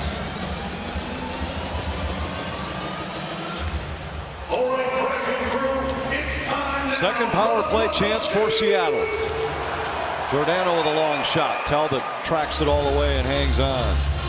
And when you're a power play like the Seattle Kraken have, they're 0 for their last 20 here at home, not feeling great about themselves on the power play. I think as a penalty killing unit, you put a little bit more pressure on them. You don't sit quite as much. You try to force them to make 3 or 4 good passes because you know they're not feeling great about their game. So I think that you might see a little bit more Wild taking some, not even just chances, but just showing a little bit more pressure all over the ice. Well, each team has had a player kicked off the faceoff dot. Kraken win it. Giordano with a long shot. That goes wide. Wenberg on the rebound. And his backhander broken up by Merrill. Wenberg out to the line. Giordano. Into the corner for Eberle. Giordano with it. Wenberg a drive. Pad save. Talbot Rebound loose. Donskoy throws a backhander wide. Kulikov stripped of the puck by Eberle. Eriksson Ek races over. Can't get it by Giordano. Comes all the way across. Hartman's there for Minnesota. He sends it in behind for Merrill. He goes back against the grain, off the glass, and all the way down. You said off the glass, off the top of the glass. That was about 2 feet from going over the glass. That would have given the Seattle Kraken a 5-on-3 power play. Big play right there. That puck not going out up into the stands. Eberle, who leads the Kraken with 2 power play points this year. Goal and an assist. Done most of his damage at even strength.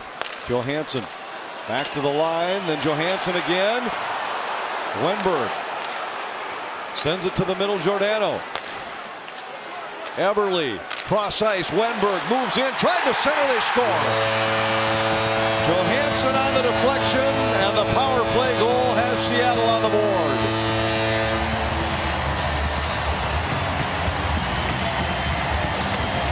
Now we got a little life in this building right now. The fans going crazy. Power play goal.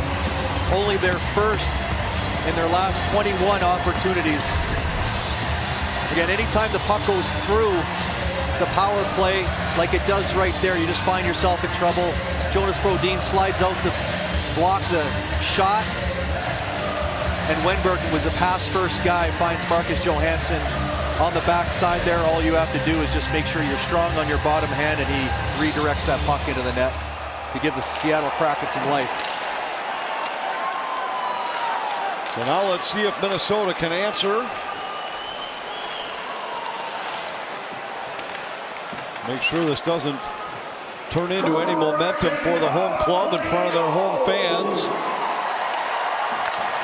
Seattle's been a decent home team this year. 3 wins, 3 losses. Their struggles have come away from home, where they're 1-6-1. McCann had it swept away by Dumba. And now Brodin. Back to Dumba. He's hit by Tanev. Susi will come back to pick it up halfway through the third. Wild with a 2-goal lead. Hoping to make it a winning road trip. Gord to Blackwell. He fires, kicked out by Talbot. And Zuccarello's on the loose puck for Minnesota. Ahead for Gaudreau. He's able to force it down into Seattle territory. Larson back to pick it up. To the line for Kulikov. And now to Merrill. Back to Kulikov in the middle. Zuccarello takes a look.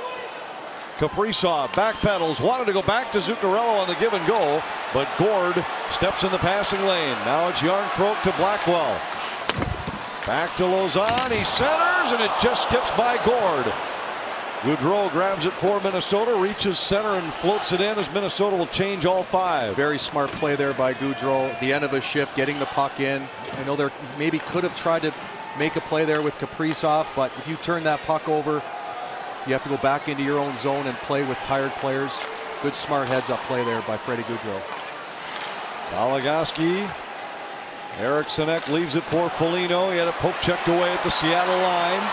Wenberg attacks for the Kraken. Back to the trailing Schwartz. Penalty coming against Minnesota, and Seattle will get another power play. So the Kraken are on the board. Now they go to the power play, down by 2.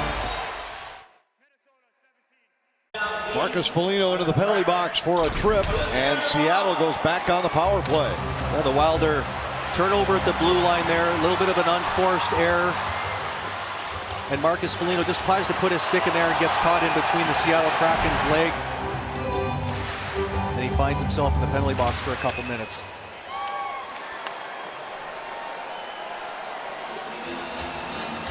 Kraken just scored their first ever home power play goal on their last man advantage. And the Wild have had some unforced errors here the last 3 or 4 minutes and have given the Seattle Kraken a little bit of life here. Wild win a face-off, get the puck down the ice. That's a great way to start the face-off. Who else wins the face-off? Ryan Hartman. Here comes Giordano. Works by Sturm. Leaves it behind for Johansson, who has the power play goal tonight for Seattle. Wenberg feeds the line. Giordano back to Wenberg. Giordano. Donskoy retreats against Kulikov. Giordano with it. Back to Donskoy. Eberle.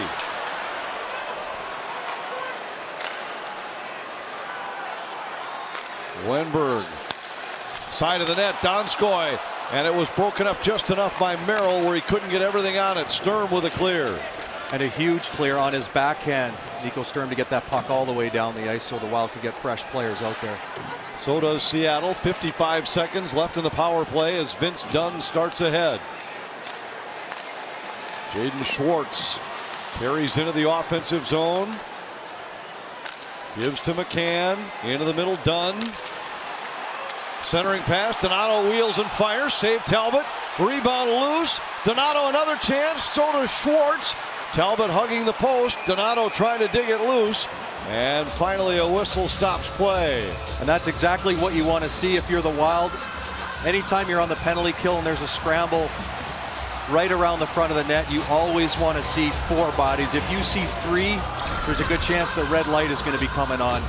Now the puck gets inside. Look at Matt Dumba get back into the paint. 4 guys right in the scrum there, fighting, scratching, clawing, trying to keep that puck out of there. Puck looked like it wanted to squirt back behind the goal line, and Jonas Brodin with his glove kind of shoveled that puck back into Cam Talbot. I don't think there was anything illegal there, but smart play by Jonas Brodin.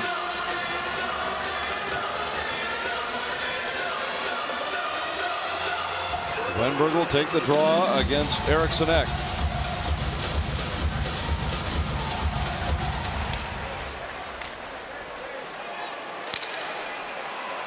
Loose. Brodin has it. Donskoy riding him. Wenberg.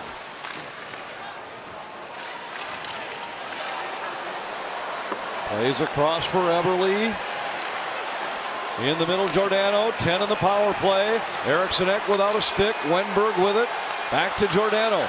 Wenberg fires, save Talbot, and he hangs on. Another timely save by Cam Talbot. Joel Eriksson Ek losing his stick as a penalty killer, working his butt off along the boards. Unfortunately lost his stick. And this is where you need your goaltender to make a big save. Not just a big save, but no rebound, able to get fresh players on the ice. One of those players happened to have a broken stick or lost his stick. Must be third period time. That's Cam Talbot time. Spurgeon around behind for Gaudreau after a big face-off win by Sturm. Foligno's out of the penalty box. The Wild are back at full strength. Foligno has Dunn tied up along the end boards. It deflects out to center. Goligoski's there for Minnesota. Across to Spurgeon. And now Sturm with it. Recovers it himself. Sturm, a backhander on goal, saved by Grubauer. Foligno has it in the corner and just pitches it back in. Goligoski down from the point. Knocks it away from Dunn. Foligno helping on the play. Giordano. Tanev sends it back into his own zone. Seattle wants to change. Inside, 6 minutes left. Again, you don't want to give anything off the rush here. Just at least force them to throw the puck into the zone. Blackwell races in. Cut off by Kulikov. Strong play by Kulikov to knock it away. Geekie has it. And now Larson. A long shot got through, saved Talbot. And he had it for a moment, long enough to get a whistle. So we get a stop. Minnesota trying to hang on and make it a winning road trip with a victory in Seattle.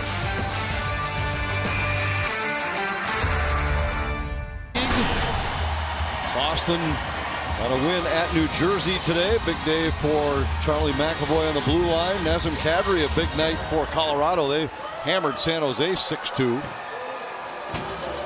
Rangers victorious against the Blue Jackets. Winnipeg won in overtime earlier tonight. That allowed them to leapfrog Minnesota in the Central Division standings. Mark Scheifele scored the winner as the Jets prevailed 3-2 over the LA Kings, who have been one of the surprise teams in the Pacific. Yeah, the Wild have set plays here off of defensive zone faceoff. See if Eriksson can win this draw. Not be surprised if Jonas Brodin goes and grabs this on his forehand, lose the draw. Grubauer to the bench. 6-on-5 for Seattle very early. Still over 5 minutes left in this game. Foligno fires at the empty net and sent it wide. Sturm collects it off the end wall and wraps it in. And the empty net tally for Minnesota makes it 4-1. Were you as surprised as I was when the goaltender come out that early? I mean, I definitely was. Down by 2, absolutely. Yeah, I could see maybe with your down by 3, but obviously that was indicative of because of the Seattle Kraken won that face-off there, but Nico Sturm does a good job of using his speed getting down there, and when you're going in and you've got an empty net right there, you don't want to miss any of those because that cuts into your sleep for a couple days during the afternoons. And the Wild have been so good against opposing teams 6-on-5. Empty net goal here by Sturm, and it's 4-1. Well, if you're going to pull the goalie down by 2 with 5 minutes left, you pull him down by 3. He's on the goal line right now. Doesn't look like it. Larson hammers it in. Järnkrok into the corner. Eriksson trying to force it up the wall. Brodin. And now Gord takes it away. Donskoy's there. He tangles with Eriksson. Into the circle, a shot knocked down by Talbot. Gord on the wraparound on the backhand, and Talbot able to get to the post and cover. Nice little, soft little play by Yanni Gord to get the puck right in that soft little quiet area there for Donskoy, who's a right-handed shot. Right there, puck rolling a little bit. Kind of handcuffs Cam Talbot, pushes as hard as he can with his left, does get to the pad and goes Dominic Hasek on the bit, grabs it with his blocker hand. We saw that for so many years. And now Dave Hackstall will pull Grubauer again. 4.5 minutes left. Down by 3 with an offensive zone face-off. Wenberg against Hartman on the draw. Eberle out to the line. McCann, long shot that hit Johansson. Zuccarello wraps it off the glass and out. And it'll be icing against Minnesota. Well, they always say if you're up by 2, go ahead and fire at the empty net. Don't worry about icing calls. Same would be true if you're up 3. Zuccarello, I don't think, had visions of this one ricocheting off the glass and in. No, I mean, he tried to pound that as hard as he could off the boards so it would slow down. The Wild have 2 right-handed face-off guys on the ice, both Hartman and Freddie Gaudreau. Schwartz to Eberle. Hartman hustles over, got it by Giordano, and it'll be another icing call against Minnesota. Be interesting coming back into the zone. Ryan Hartman's taken both face-offs, lost on that side and has lost them both. If you're Freddie Gaudreau, hasn't been around quite as long. You go over and whisper to Hartman, there's no chance. Hartman goes, kid, get out of here. I'm taking the face-off. I love it. Draw controlled by the Kraken. Giordano pressured by Gaudreau. He flips it all the way down. Zuccarello racing in. That will deny icing. Zuccarello tied up along the end wall by McCann. Out to Eberle. He goes cross ice for Wenberg. Wenberg fires it in. Kaprizov's there for Minnesota. McCann. Cross ice Eberle. Giordano into the corner with it. Goligoski out to Zuccarello. He finds Kaprizov at center ice. Strong play by Kaprizov to get it by Giordano. And Gaudreau now tries to work free from Eberle, looking for Zuccarello, and that failed to connect. Schwartz has it with 3:10 to go.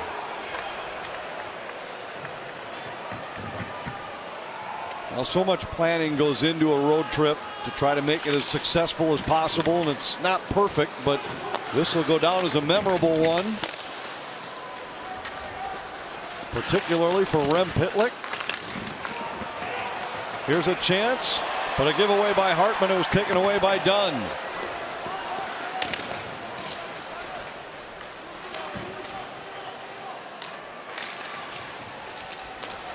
Schwartz into the middle.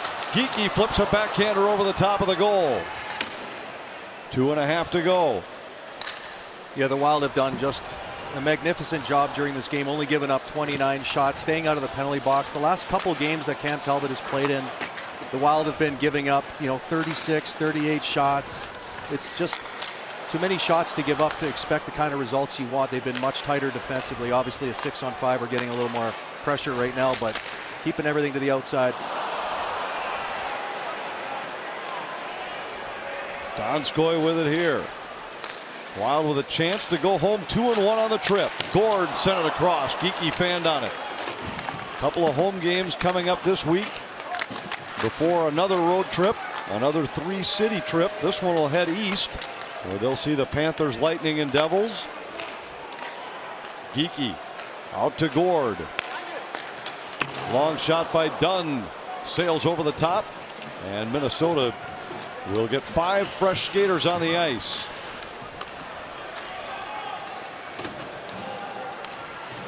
Giordano carries ahead, relayed into the Minnesota zone. Bukestad goes off the board and out.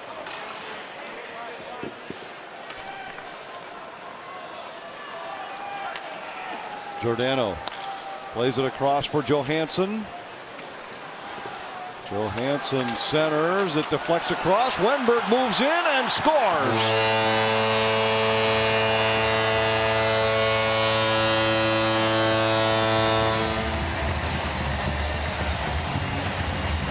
Well, the Kraken have a little bit of life here with a minute left in the game. Wenberg, who's, in my opinion, been the most dangerous player, made a great play on the power play earlier to Marcus Johansson on a shot pass.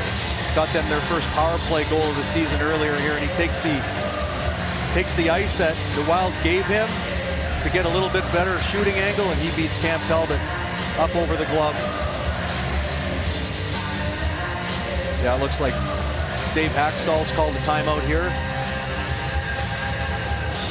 for Seattle. Darby Hendrickson, usually in charge of timeouts and setting up plays and making sure everyone understands their responsibilities. That's the job of the assistant coach. A lot of times on the bench as an assistant coach, you'll have a couple of boards back there and you'll have them already designed up, so you don't have to design them up. You're already just grab the board and bring it over and it's ready for the boys. And have the personnel already listed on there. Yep. You might make some changes during the games. If some guys are having a bad game, you'll make those adjustments between periods. And the reason I know that is because when I was an assistant coach in Tampa under Rick Tocchet, he called a timeout with about 45 seconds left in the game. And he looked over and he goes, "Walls, you got the board ready?" And my heart fell. I forgot to draw up the 5-on-4 play, and he was not very happy with me. That's why whenever I see timeouts and I see assistant coaches on the bench, always take me back there. We ended up getting the 2 points and laughed about it after. But Grubauer will head right to the bench here. They won't even waste any time. So it's still 6-on-5 for Seattle. Wild have 1 empty net goal already in the game. Seattle has a 6-on-5 goal and a power play goal. Eriksson wins the draw. Brodin played it across to Spurgeon. And now Spurgeon racing back with McCann on him. Out to the line, Giordano. A long shot goes off the end boards. Foligno there for Minnesota. Fires at the empty net, but missed it wide. And it'll be icing against the Wild with 42.8 left. Hey, let's check in with Kevin Gorn. Still a lot to happen tonight on the broadcast. Wild Live, the post-game show. We'll take a look at a magical night for that man, Rem Pitlick. He'll join us. We'll get a nice interview with him and cap a beautiful night with the hat trick. We'll hear about Ryan Hartman and his impactful game. He continues to stay hot. We'll get to hear from this guy, Dean Evison, his thoughts on a nice bounce-back win in Seattle the Wild are putting together tonight. And a tripping call coming here Fiala went down in a heap in front of the Minnesota bench. And McCann to the penalty box. So now, with 38.9 left, Grubauer will return with a defensive zone faceoff. Great second effort here by Kevin Fiala. Just staying heavy with this play. Because he stayed heavy with it, the Seattle Kraken player had to haul him down. He's amazing with the skill guys, how hard they'll play at the blue line there when that net is empty at the far zone. He knows if he comes up with that puck, it's probably going to be, well, obviously it's going to be an empty netter, but don't be surprised here if the Seattle Kraken move through the neutral zone. Grubauer will come out here even on a 5-on-5. It'll turn it into a 5-on-5. This is the first power play officially for Minnesota in this game. Kaprizov fires, and that deflects up into the netting. Well, apparently not the netting. Fiala keeps it alive. Spurgeon to Zuccarello. Zuccarello carries down low. Kaprizov for Spurgeon. Back to Kaprizov. He goes cross ice with it. Fiala fires. Glove save Grubauer with 14.5 seconds left. Well, this little setup is a little interesting. As you mentioned, this is the first power play. Kevin Fiala is usually on the other side of the ice. Zuccarello is at the bottom of the screen there right now by the blue line there. So it'll be interesting moving forward here to see the power play. Obviously, the Wild power play 0 for 6. A couple nights ago in Vegas, this is their only power play, but maybe they're going to go to a bit of a different look when we get home in St. Paul next week. Big win there for the Minnesota Wild, getting 2 wins out of 3, especially bouncing back after not playing very well here in Seattle a couple of weeks ago. They did a great job defensively, holding the Seattle Kraken to 30 goals, or 30 shots on net, and Cam Talbot did what he needed to do in the third period. So with the victory, Minnesota jumps back into the top spot in a very tight Central Division. Wild go 2-1 on the road trip and now sit with 20 points in the standings through 14 games at 10-4. There's much more still to come. Wild Live is next.